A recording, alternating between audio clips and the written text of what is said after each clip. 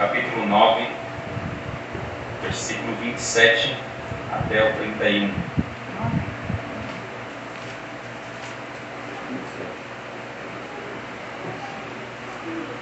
Estamos expondo o livro de Mateus. Chegamos aqui no livro de Mateus, capítulo 9, versículo 27 ao 31. O tema da mensagem é o Rei Todo-Poderoso e os dois cegos. Glória a Deus. Mateus, capítulo 9, versículo 27, diz assim: Partindo Jesus dali, seguiram-o dois cegos, clamando: Tem compaixão de nós, filhos de Davi. Tendo ele entrado em casa, aproximaram-se os cegos e Jesus lhes perguntou: Credes que eu posso fazer isso? Respondeu-lhes: Sim, Senhor. Então lhes tocou os olhos, dizendo: Faça-se-vos conforme a vossa fé. E abrindo-se-lhes os olhos, Jesus, porém, os advertiu severamente, dizendo: Acautelai-vos de que ninguém o saiba. Saindo eles, porém, divulgaram-lhe a fama por toda aquela terra. Glórias a Deus. Aleluia. Santo Senhor. Então temos visto que nós temos que olhar as Escrituras tendo em vista Jesus. E em João 5,39 fala: Examinai as Escrituras, declarou Jesus, são elas mesmas que testificam de mim. 2 Pedro 3,18 fala: Antes crescei na graça e no conhecimento de nosso Senhor e Salvador Jesus Cristo. A Ele seja dada a glória, assim agora como no dia da eternidade. Em João 17,3 fala: E a vida eterna é esta, que te conheçam a ti só, por único Deus verdadeiro, e a Jesus Cristo, a quem enviaste. Então temos visto que o objetivo do livro de Mateus é nos apresentar Jesus como o Rei dos Reis, o Senhor dos Senhores, o Cristo, o Messias, o Filho de Davi, o Filho de Abraão. Nós vimos anteriormente que Mateus era um dos 12 discípulos, também conhecido como Levi. Ele deixou tudo para seguir Jesus. O livro de Mateus ele foi escrito especialmente para os judeus, para demonstrar que Jesus era o Messias escolhido do Senhor. E ele faz 60 citações de passagens proféticas do Antigo Testamento, enfatizando que Cristo é o cumprimento de todas elas. E nós vimos anteriormente que, terminando o Sermão do Monte, ele desce do monte e grandes multidões o seguiram. Este relato, diferente dos anteriores, ele não se encontra em nenhum outro livro. Nem no livro de Marcos, nem no livro de Lucas, como nós temos visto que a maioria dos relatos se encontram neles também. Essa cura de dois cegos é semelhante à encontrada em Mateus capítulo 20, versículo 29 a 24, que fala que Jesus curou dois cegos em Jericó. Mas não é a mesma cura. Ela parece ser paralela a uma cura de Bartimeu em Marcos 10, 46 ao 52. Mas ambos, Bartimeu e os cegos de Mateus 9, 20, expressam a sua fé chamando Jesus Filho de Davi, que é um título messiânico. As similaridades têm sugerido alguns que ambos os relatos têm por base a cura de Bartimeu, mas a diferença entre ambos os relatos nos mostra que são incidentes totalmente diferentes. Não são a mesma cura, a mesma coisa. Mas antes de nós falarmos sobre esse nosso texto, eu gostaria que nós relembrássemos algumas coisas do livro de Mateus e nós fizéssemos um esboço daquilo que nós já temos falado. Como falamos, Mateus tem o objetivo de proclamar que Jesus é o Rei, que Jesus é o Messias, que Jesus é o Cristo, que Jesus é o Filho de Davi, que Jesus é o Filho de Abraão. Mateus ele vai começar do capítulo 1 até o capítulo 4, versículo 11, falando sobre a gênese da vida de Jesus, sobre o começo da vida de Jesus. Do capítulo 4, versículo 12 até o 25, ele vai tratar do ensino de Jesus na Galileia dos Gentios. Do capítulo 5 ao capítulo 7, ele vai falar sobre o Sermão do Monte, que ele fala da lei do governo de Cristo, que é o primeiro grande discurso daquele livro de Mateus, que são 5. Então esse é o primeiro. E agora ele começou a tratar do governo, do poder do governo de Cristo. O poder de resgatar, o poder de curar, de que fala do capítulo 8 e o capítulo 9. É importante destacar, como nós vimos anteriormente, que a ordem dos milagres, dos incidentes, diferem da que está encontrado em Marcos e Lucas, porque Mateus organiza por tópico e não por ordem cronológica. Mateus apresenta o poder do rei e nós temos aqui o registro de 10 milagres. Esses milagres, como nós sabemos e temos visto nas Escrituras, eles têm um propósito. E é importante destacar que Jesus demonstra o seu poder aqui sobre as doenças, sobre a natureza, sobre o sobrenatural, sobre o pecado, sobre a morte. E o nosso objetivo nessa noite é nós falarmos sobre a cura desses 2 cegos, tendo em vista as Escrituras e olhando com os olhos de Mateus, como os olhos de Mateus para Cristo. Então vamos começar. Primeiro tópico, os 2 cegos. Nós vemos aqui, começando a ler a Escritura, nós vemos que aonde eles estavam. Primeiro ponto, versículo 27 começa dizendo assim: partindo Jesus dali.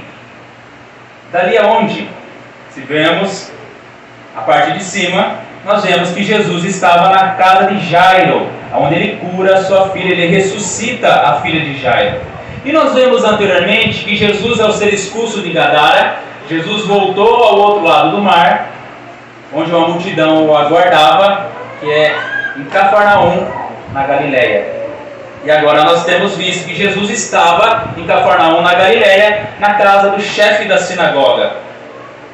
Então esses 2 cegos vão seguir Jesus, de acordo com o relato que nós estamos vindo, até a sua casa.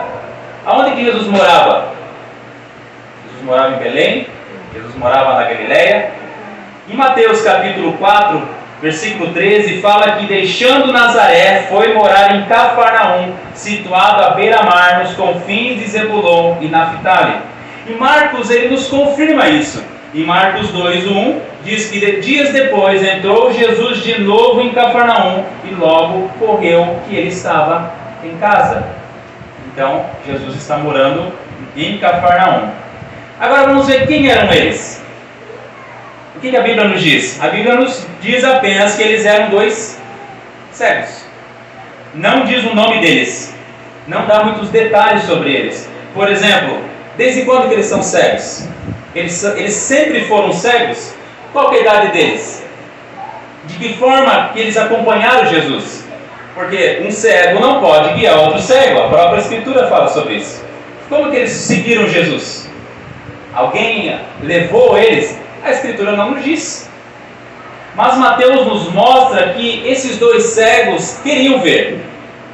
Eram 2 cegos que se tornaram companheiros dessa aflição. O que eles eram? Eles eram pai e filho? Eles eram irmãos? Eles eram 2 amigos? Mateus não nos diz sobre isso. Mas nos diz qual era o problema deles. O problema deles é que eles eram cegos. É possível alguém voltar a ver sendo cego? O que é preciso para um cego voltar a ver? Um milagre.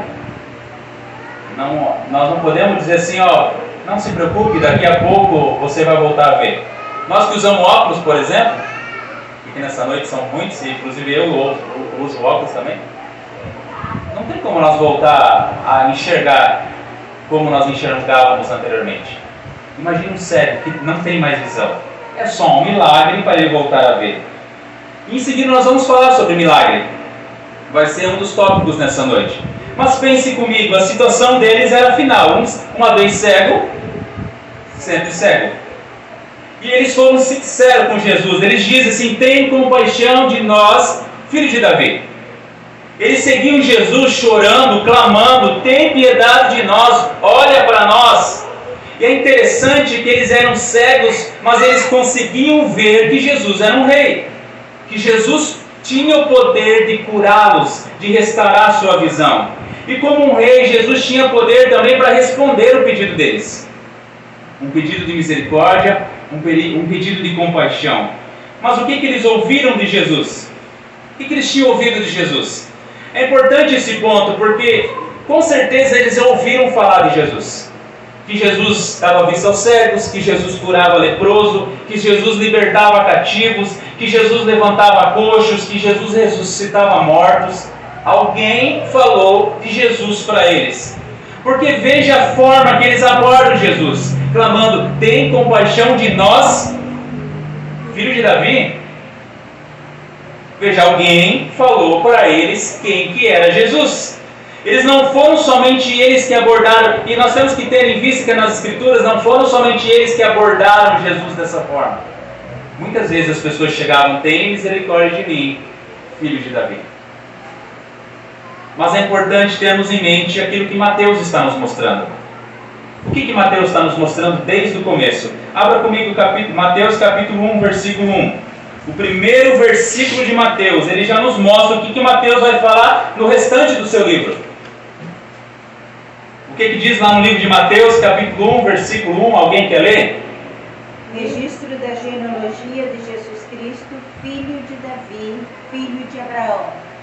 Veja, que Jesus é o Messias, que Jesus é o Cristo, que ele é o filho de Davi, filho de Abraão. Esse é o primeiro versículo e ele reflete tudo que Mateus vai nos dizendo no primeiro do seu livro. Por que Jesus Cristo? Veja, Cristo, ele vem da palavra grega Christos, que significa ungido. É a tradução grega do hebraico Messias.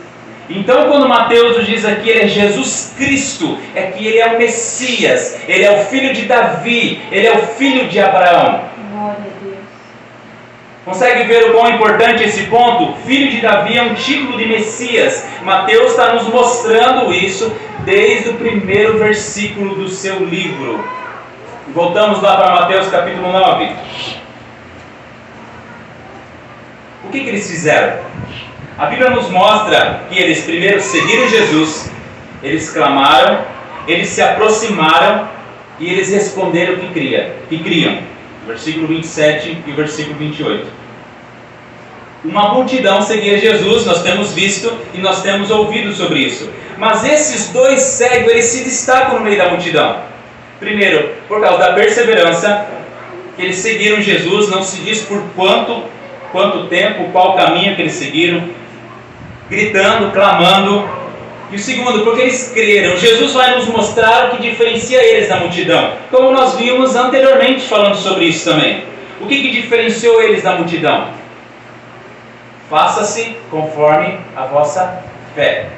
Eles tinham uma grande necessidade e eles criam que Jesus poderia curá-los, que Jesus podia restaurá-los. Jesus, como diz parafraseando Paul Washer, Jesus não era tudo o que eles precisavam, mas Jesus era tudo o que eles tinham.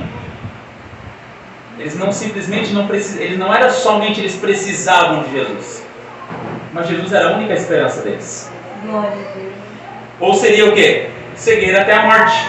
É preciso nós ter em mente que também Jesus tinha marcado o encontro com eles naquele lugar, naquele momento. Eles foram atraídos e creram em Jesus. Eles ouviram falar das maravilhas que Jesus fazia. E eles perseveravam em seguir Jesus, mesmo que isso significasse andar por muito tempo no meio da multidão. Pode ter sido levados por alguém ou carregados por alguém. E você crê em Jesus? Se sim, nós também daremos evidências que nós cremos no Senhor Jesus. Não de forma mística, nem de forma supersticiosa, não de forma tola ou sem razão. Por exemplo, eu vou deixar com que uma cobra me pique, uma cobra venenosa, o que vai acontecer? Vou morrer. Muitas pessoas tentam o Senhor para dizer que estão crendo. Isso não é crer. Isso é uma forma tola. Mas com certeza que nós podemos descansar na vontade e no poder de Jesus. É a vontade de Deus que vai se realizar, nunca a nossa. Isso que nós temos que ter em mente sempre. Nós podemos descansar nisso? Você descansa nisso? Que Deus faz todas as coisas de forma perfeita? Cuidado, muitos fizeram de Jesus um boneco de controle remoto, onde controlam ele e dizem o que ele pode fazer e o que ele não vai fazer. Determinam aquilo que ele vai fazer. E esse jamais é o ensino do Cristo nas Escrituras. O Jesus Cristo bíblico, o Rei Todo-Poderoso, que tem toda a autoridade nos céus e na terra. Em Colossenses 1, 13 ao 20 fala sobre isso.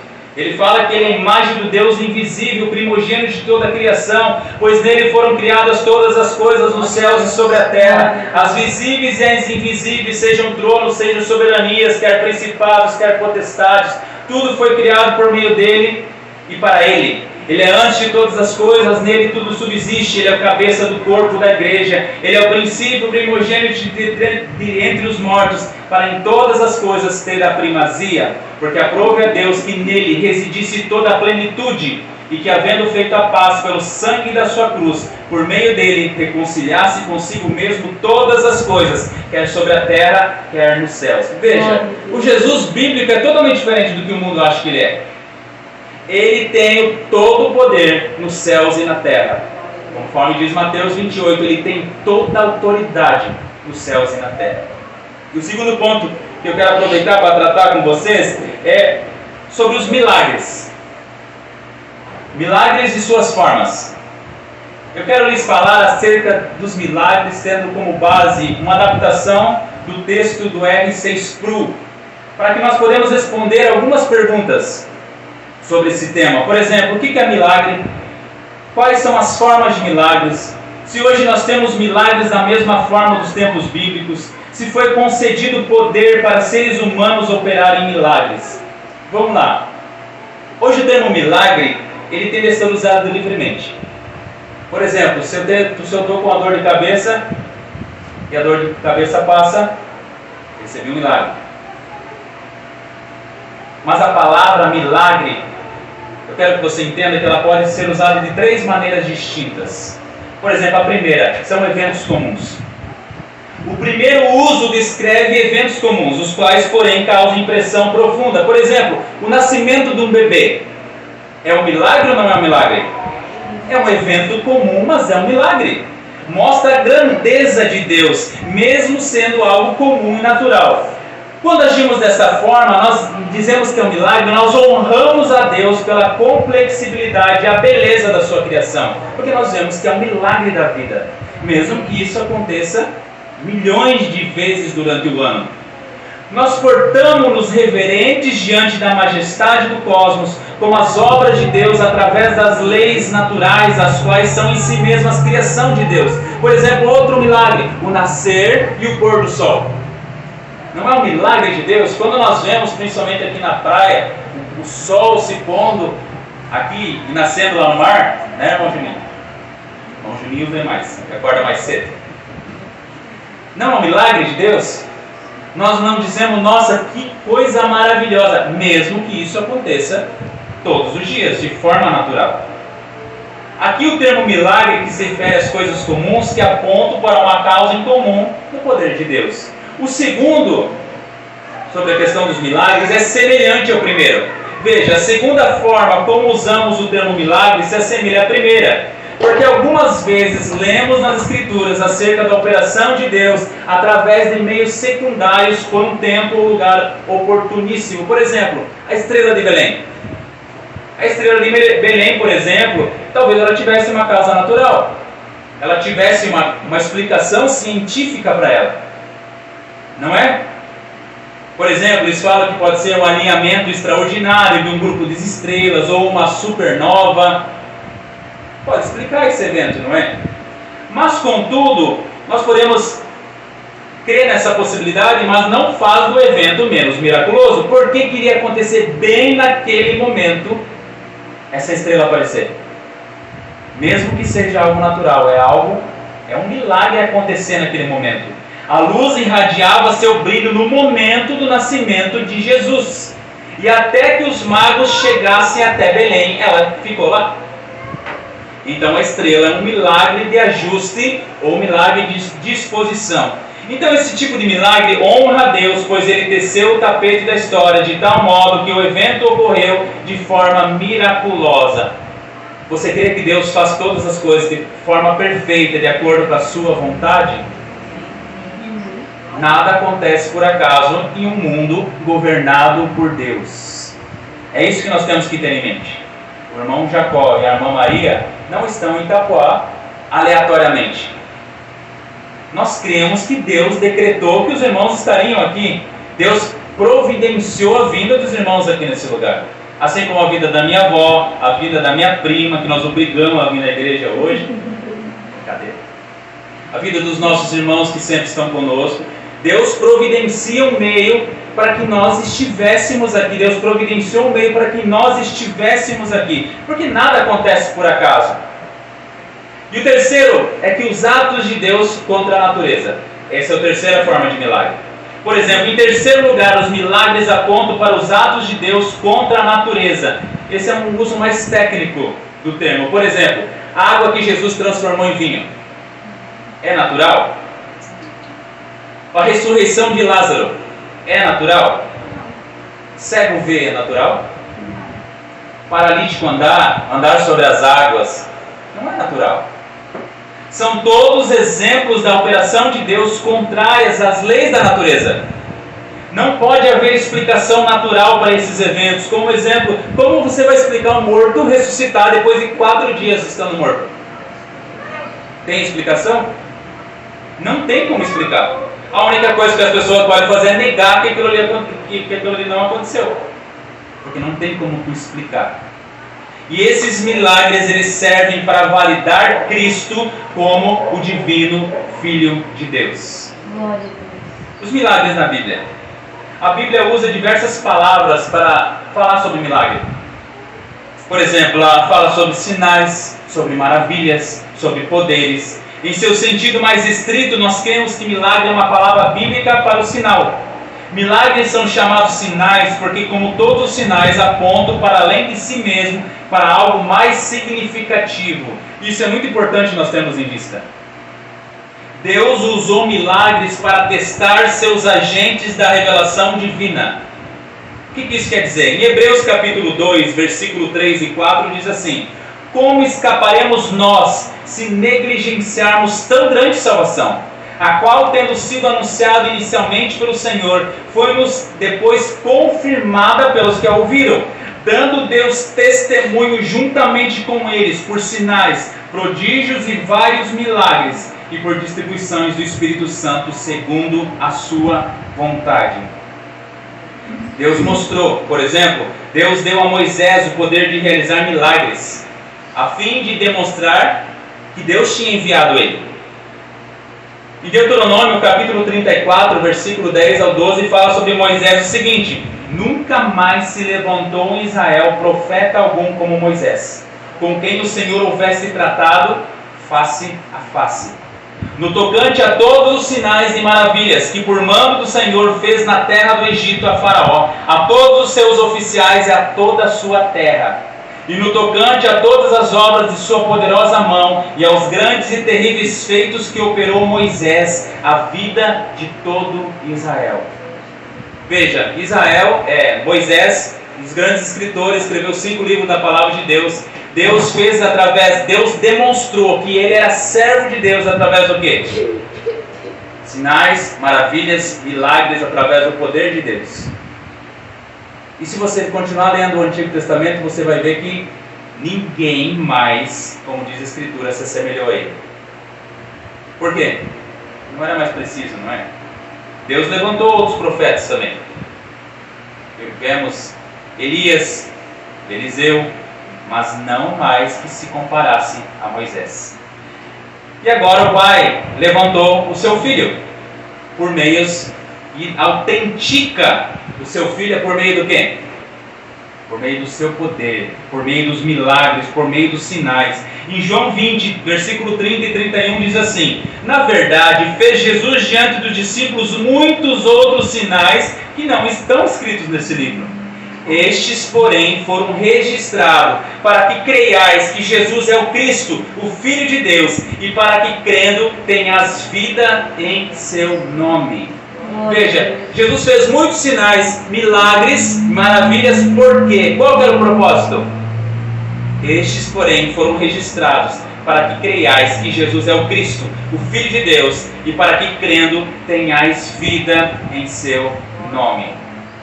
Por isso que Jesus fez tantos milagres. Os milagres, na verdade, são secundários, porque o foco, como nós temos visto, os olhos de Mateus, os nossos olhos têm que estar sobre Jesus. Jesus curou o cego, nós não vamos ficar olhando para o cego, nós vamos ficar olhando para Jesus. Ele tem todo o poder nos céus e na terra. Agora vamos falar sobre os milagres hoje. Há 3 conceitos distintos de milagres hoje. O primeiro conceito é cético, que nega que hoje não tem mais milagre nenhum. Não acontece mais nada. O segundo conceito afirma que os milagres acontecem da mesma forma que aconteciam nos tempos bíblicos. Que tem pessoas que têm o dom de chegar a encostar em alguém e a pessoa ser curada. Que existe o dom de cura, por exemplo. O dom de cura nas Escrituras mostra que a pessoa curava todos, independente se a pessoa cria ou não. Ela encostava a pessoa e todos eram curados. Porque tem até aquela história, eu não tenho prata nem ouro, mas tudo que eu tenho, o que ele pediu? Dinheiro. Ele não queria ser curado. E ele foi curado. Porque a hora que encostaram nele, ele foi curado. Veja, é diferente, não é? Agora o terceiro conceito é que os milagres verdadeiros, o ápice dos milagres, foram escritos na Bíblia. E agora Deus cessou de realizá-lo da mesma forma que realizava nas Escrituras. Por exemplo, esse conceito mantém a ideia de que Deus age no mundo de forma sobrenatural. Porém, não precisa mais operar os milagres da mesma forma que ele operava naquele tempo. Por exemplo, vem alguém cego aqui, ele vai ser curado. Precisa? Temos Jesus. O Senhor é muito maior do que qualquer milagre desse mundo. E esse é o conceito que temos, que Deus continua operando milagres, mas não da mesma forma que operava através de Jesus. Só olharmos ao nosso redor. Alguém tem dom de cura hoje? Aonde esse alguém estava na pandemia? Encerrado no seu quarto, escondido de máscara. Porque imagina assim, se alguém tivesse esse poder na época da pandemia, o mundo inteiro ia na casa dele. Se alguém tem esse poder hoje na Terra, é só no hospital de câncer e todos vão ficar curados. Mas não tem mais. É só nós olharmos para as Escrituras. Chegou um momento das Escrituras que não acontecia mais isso. Inclusive, o apóstolo Paulo chega para Timóteo, o que ele fala? Toma um pouquinho de água, mas um pouquinho de vinho para o problema que tu tem no estômago. Ué, por que não curou ele? Não chegou um momento que não tinha mais aquilo dali? Que não era mais necessário aquilo dali? Por esse, assim como alguns outros, ele serviu porque para o fundamento da igreja, para mostrar que aqueles eram homens de Deus, que Deus autenticava o ministério deles através das curas, através dos milagres, através dos sinais que eles estavam realizando. Efésios 2:20 fala, edificado sobre o fundamento dos apóstolos e profetas, sendo ele mesmo, Cristo Jesus, a pedra angular. Hoje não precisa mais. Hoje nós temos a Escritura, que é a única e infalível palavra de Deus. Não precisa mais de milagres, não é? A nossa vida é um milagre. Todos os detalhes da nossa vida são um milagre. E agora nós vamos falar da parte mais importante, que é o Rei Todo-Poderoso, o nosso Senhor. Nós temos visto que os olhos de Mateus não estão sobre qualquer personagem e não estão sobre os dois cegos. Os olhos de Mateus estão sobre o Cristo, sobre o Rei, sobre o Messias, sobre o Filho de Davi. Nós temos ouvido sobre isso, que o foco de Mateus aqui é mostrar o poder de Jesus em curar. Nós temos visto também que Mateus muitas vezes ele acelera alguns milagres para mostrar Jesus. Por que Mateus não diz o nome dos cegos, não diz quanto tempo que eles estavam cegos, não dá mais detalhes sobre a vida deles? Porque não é o detalhe, não é eles. Mateus quer que nós olhemos para Cristo, para Jesus. E o primeiro ponto, eu quero analisar alguns pontos com você. Em primeiro momento, Jesus fica em silêncio. Veja, nós lemos que os cegos seguiam Jesus caminhando pelo caminho, clamando pelo caminho. Qual que foi a resposta de Jesus para eles? Nenhuma. Jesus ficou em silêncio enquanto eles gritavam no meio da multidão. Eu quero que você imagine a situação, dois cegos clamando, gritando, e a outra parte não responde. É que nem feche os olhos por um momento e peça alguma coisa para alguém. E o que a pessoa não responde? E se a pessoa não responde? Bate um desespero, bate ansiedade. Será que a pessoa está me ouvindo? Será que eu estou falando baixo demais? Eles não conseguem ver, eles não conseguem perceber se alguém está ouvindo ou não o que eles estão falando. Com certeza, Jesus tinha um propósito em ficar em silêncio, em ignorar eles. Porque as coisas nunca acontecem da maneira que nós desejamos também, e da maneira que nós queremos, mas de acordo com o propósito e a vontade de Deus. Jesus estava ensinando para eles e nos ensinando também uma grande lição: ser perseverante, mesmo que Deus pareça em silêncio.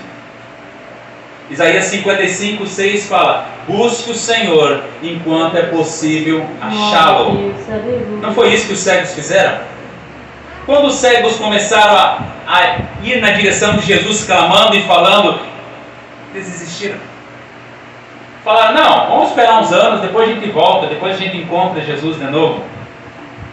O que acontecia se passasse alguns anos depois? Eles não encontrariam mais Jesus ali. Isso pode ser aplicado a nós também.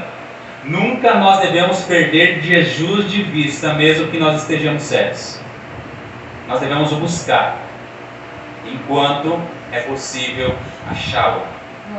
Segundo ponto, Jesus chega em casa. Jesus chega na sua casa para descansar um dia bastante corrido. Uma multidão, muitas curas, muitos milagres. Mas como ele vai, os dois cegos? E antes que Jesus feche a porta, eles entram, e a Bíblia fala que eles se aproximam. Aproximaram-se os cegos, versículo 28.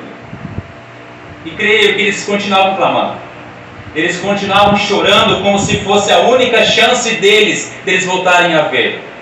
E era a única chance deles. E nós lemos também, o terceiro ponto, que Jesus nos questiona. Depois de tudo isso, depois de quilômetros eles andando atrás de Jesus, Jesus pergunta para eles: você credes que eu posso fazer isso? Você consegue imaginar essa cena? Eles estão andando, gritando, clamando há muito tempo de atrás de Jesus. Aí quando chegam na casa de Jesus, Jesus os pergunta se eles realmente creem que Jesus pode fazer alguma coisa. Mas veja comigo, Jesus não pergunta para eles aquilo que eles precisavam, aquilo que eles queriam. Não está registrado aqui se Jesus perguntou da necessidade deles. Você vai dizer: mas é óbvio que eles estão cegos, não é? Mas muitas vezes há esse registro na Escritura que Jesus pergunta para a pessoa o que ela deseja, o que ela quer. Mas Jesus pergunta para eles apenas: vocês creem que eu posso fazer isso? A resposta imediata e ansiosa deles foi qual? Sim, Senhor. Nós cremos. E o que Jesus fez? A ação seguinte de Jesus foi: tocou-lhe os olhos e disse: faça-se-vos conforme a vossa fé. Então Mateus está nos dizendo que as coisas acontecem pelo poder da fé. Então é lógico que não. Nós sabemos e temos visto isso. O ponto aqui é mostrar que para que algo aconteça, Deus nos leva a crer nele, Deus nos leva a confiar nele, Deus nos leva a clamar por ele, Deus nos leva a orar. Mateus não está nos mostrando que a fé aqui tem um poder místico, tem um poder supersticioso, que é algo, por exemplo, que é uma mandiga que eu vou fazer, eu tenho fé, agora vai acontecer. Porque muitas pessoas usam o nome de Jesus, por exemplo, em nome de Jesus vai acontecer, como se fosse o que é uma palavra-chave. Essa porta vai abrir em nome de Jesus. É como se fosse uma mandiga, não é? Uma superstição, um misticismo. Mas não é dessa forma que Mateus está nos mostrando aqui. Ele está mostrando que simplesmente que nós precisamos crer para que algo aconteça. Como está escrito lá em Hebreus 11:6. De fato, sem fé é impossível agradar a Deus, porquanto é necessário que aquele que se aproxima de Deus creia que Ele existe e que se torna galardoador dos que o buscam. A Bíblia, as Escrituras é sobre isso, não é? É sobre crer. Deus se agrada. Sem fé é impossível agradar a Deus. Só nós olharmos o primeiro versículo da Bíblia. O que está escrito no primeiro versículo da Bíblia? Gênesis 1:1. No princípio criou Deus os céus e a terra. Deus está tentando mostrar, o texto aqui está tentando provar alguma coisa para alguém? Gênesis 1 vai trazer argumentos para provar que Deus existe? Não. Ele simplesmente começa dizendo: no princípio criou Deus os céus e a terra. Ponto. Não tem argumentos. Veja, a ciência disse em tal momento. Não tem. Não, porque é preciso nós termos fé para nos aproximarmos de Deus e cremos que Ele existe. E é por isso que não são os argumentos que levam alguém a crer em Jesus, mas o poder e a graça de Deus. O Evangelho é sobre isso. O poder de Deus para a salvação de todo aquele que crer. As Escrituras foram escritas para quem? Para todo aquele que crê. Não nos dá argumentos, nós simplesmente cremos no Senhor Jesus de todo o nosso coração. E o quinto ponto, Ele abriu-lhes os olhos. Versículo 30 fala, abrindo-se-lhes os olhos. O que fez os olhos deles abrir? Foi a fé deles ou o poder de Jesus? Hoje tem acontecido isso? Use a verdade para responder. Nós temos visto muitos milagres e sinais em todos os lugares, como muitas vezes a TV nos diz. Inclusive tem denúncias de pessoas que muitas vezes estão sendo pagas para dizer que receberam um milagre. Pessoas que entram de cadeira de roda para dizer que receberam esse milagre. E agora me responda, Deus deixará de ser Deus se não realizar mais milagres da mesma forma que realizava com Jesus aqui nas Escrituras? Não. Nós engrandecemos o nome do Senhor mentindo? Não. Irmãos, nós temos que aprender a descansar e crer em Jesus de acordo com a vontade dEle, não de acordo com a nossa vontade. A vida é um milagre. Deus ainda faz milagres. O nascimento é um milagre, como nós temos visto. Cada detalhe, o ar que nós respiramos, o funcionamento do nosso corpo, tudo isso é um milagre. O calor é um milagre, o frio é um milagre, o alimento que nós comemos, a digestão é um milagre, a saúde, mesmo as dores que nós sentimos, é tudo pela graça de Deus. Não precisa de nada mais extraordinário. Precisa de algo extraordinário? É como nós temos dito, o que adianta alguém ser curado do câncer e passar a eternidade no inferno? O que é maior?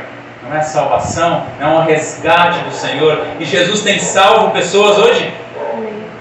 Sim, nós somos exemplos disso. O Senhor nos resgatou do império das trevas, como nós estávamos conversando anteriormente.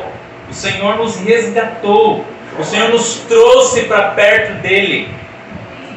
E o sexto ponto é que Jesus os advertiu. Versículo 30 fala, Jesus porém os advertiu severamente dizendo, acautelai-vos de quem ninguém o saiba. Nós temos visto Jesus falando muitas vezes sobre isso. Não conte para ninguém, ainda não é o tempo de você falar. Por quê? Porque as pessoas podiam confundir o ministério de Jesus. E é o que nós temos visto. Muitas pessoas iam até Jesus para quê? Por aquilo que Jesus estava fazendo, não por aquilo que Ele era de verdade. Jesus não veio para curar as pessoas, não veio para deixar as pessoas com saúde melhor, para deixá-las mais felizes, para deixá-las mais realizadas. Nós temos visto que os milagres que Jesus fazia era para mostrar, testificar o poder dEle como Filho, como Cristo, o Filho de Deus.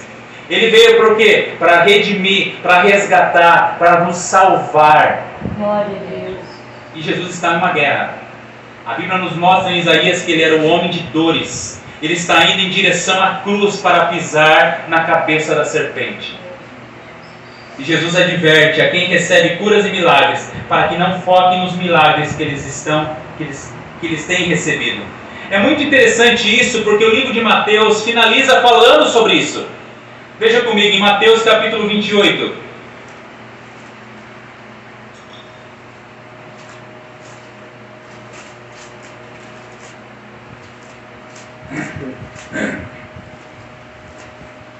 Mateus capítulo 28, versículo 18, a palavra de Deus diz assim: Jesus aproximando-se falou-lhes dizendo, toda autoridade me foi dada no céu e na terra, ide portanto fazei discípulos de todas as nações, batizando-os em nome do Pai, do Filho e do Espírito Santo, ensinando-os a guardar todas as coisas que vos tenho ordenado, e eis que estou convosco todos os dias, até a consumação dos séculos. Glória a Deus, aleluia.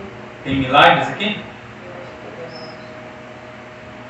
Está falando sobre sinais e milagres, com o foco de muitas pessoas hoje? Toda a autoridade de quem? De Jesus. Foi dada no céu e na terra. Ele é o grande rei. E de, portanto, fazer milagres em todas as nações? Não. Fazer discípulos em todas as nações, batizando-os em nome do Pai, do Filho e do Espírito Santo, ensinando-os a fazer milagres, ensinando-os a guardar todas as coisas que vos tenho ordenado. E olha o ponto: eu estou convosco todos os dias, até a consumação do século. Está com dor, está aflito, está triste, está angustiado, eis que estou convosco todos os dias, até a consumação dos séculos. Ah, mas os cegos então ficaram em silêncio. Versículo 31. Glória Saindo a Deus, eles, porém, aleluia. divulgaram-lhe a fama por toda aquela terra. Quantas vezes nós já cometemos esse erro? Fazemos as pessoas olharem para os milagres, para as bênçãos que nós temos recebido, e com isso as pessoas perdem de vista, perdem o foco em Jesus. Quantas vezes, o que Deus fez na minha vida, a pessoa esquece de Jesus e vai tentar entender o que Deus fez na tua vida, mas perdeu de vista muitas vezes Jesus. Veja, eu fui curado, eu estava com dor nas costas, agora não estou mais. Olha o tamanho da minha fé, olha o tamanho da minha fé. Eu estava com a unha quebrada, agora não está doendo mais. As pessoas perdem muitas vezes de foco quem Jesus é. Perdem de vista Jesus. A Bíblia nos ordena a pregar o Evangelho, pregar as Escrituras e não ficar contando nosso testemunho para as pessoas. Mesmo que muitas vezes seja importante. Mas não é o foco as nossas vidas. O foco é a vida de Jesus e aquilo que Ele fez, aquilo que Ele faz. E é sobre isso que Jesus está falando aqui. É sobre isso que Mateus está escrevendo aqui. Nunca perca Jesus de vista. E foi isso que aconteceu com os cegos. Jesus falou para eles não fazerem e eles foram e fizeram. Spurgeon, ele escreveu o seguinte sobre isso. Ele fala assim: eles publicaram com mais diligência o que eles estavam ocultos até que todo aquele país tocou com a notícia. Nisto eles cometeram muitos erros e provavelmente causaram tanto transtorno ao Salvador pela pressão da multidão que ele teve que se afastar da cidade. Podemos não ter esperança de que estamos fazendo certo se desobedecermos ao nosso Senhor. Por mais que a desobediência natural pareça ser, é desobediência e não deve ser desculpada. Mesmo que os resultados se mostrassem vantajosos, não seria correto quebrar o mandamento de nosso Senhor. O silêncio é mais do que dourado quando nosso Rei o comanda. Veja o quanto de erro que eles cometeram. Jesus falou que não faça isso. É uma lei positiva, não é? E eles foram lá e quebraram aquela lei do Senhor, desobedeceram aquilo que Jesus estava dizendo. Mas para nós concluirmos, irmãos, e quanto a nós, o que nós temos a ver com esse texto? Nós éramos como esses dois cegos. Nós estávamos perdidos, vagando na escuridão desse mundo mau. Olha ao seu redor, o carnaval. Olha o quanto de pessoa que está vagando na escuridão, na prisão desse mundo mau. Nós éramos como esses dois cegos, esperando que o tempo passasse, sem esperança de nós vermos. Éramos como esses dois cegos, porque nós não conseguimos ver a beleza do reino de Cristo e suas obras maravilhosas em nós. Mas nós fomos encontrados por Jesus Cristo. E clamamos a Ele: tem compaixão de nós, filho de Davi. E você ainda não foi encontrado por Jesus? Clame a Ele e Ele te responderá. Clame até que não tenhas mais forças. Clame a Ele e Ele te ouvirá. Nunca desista de clamar. Lembre-se, busque enquanto há tempo, mesmo que esteja cego, aprisionado em seus pecados. Olhe para Jesus e clame por Ele. Arrependa-se dos seus pecados e seja encontrado por Jesus. E a Bíblia nos mostra que Jesus tocará em seus olhos, lhe dará vida e paz com Deus. Aleluia. Jesus teve compaixão, atendeu o pedido desses 2 cegos e os curou. Glória a Deus. Nós devemos nos aproximar de Jesus, crendo que Ele é o Cristo, que Ele é o Filho de Deus. E a compaixão e o amor e a graça de Jesus são sem limites e o seu poder imensurável. E assim como Mateus, nós devemos continuar olhando firmemente para o autor e consumador da nossa fé, Jesus Cristo, nosso Senhor. Glória a Hebreus Deus. capítulo 12, Aleluia. versículo 2. Deus seja louvado. Glória.